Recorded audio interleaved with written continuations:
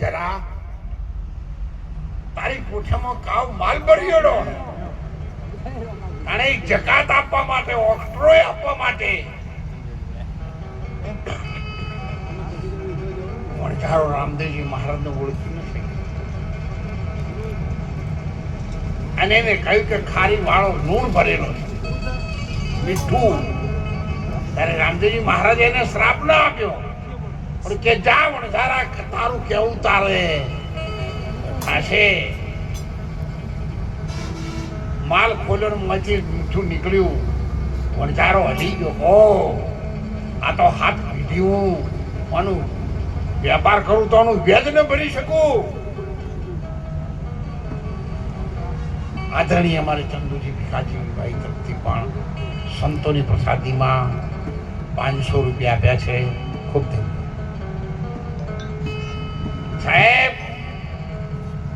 વેપારી આયા મીઠું જોઈને કોઈ કે આ તો વણઝારો ભોંગ પી ગયો છે, કોઈ કે ગોજો પી ગયો, કોઈ કે ગોડો થઈ ગયો, કોઈ કે આનું મગજ જ કામ કરતું.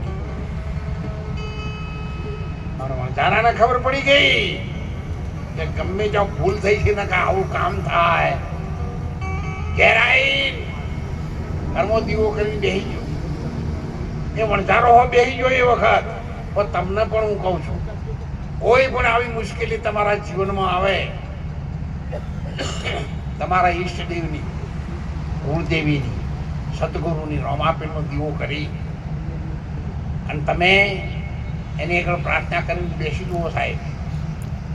જો તમારો ભાવ હરતો છે ને તો 3 દાડા થતા થતા એનો ઉકેલ આવ્યા વગર રહેવાનો.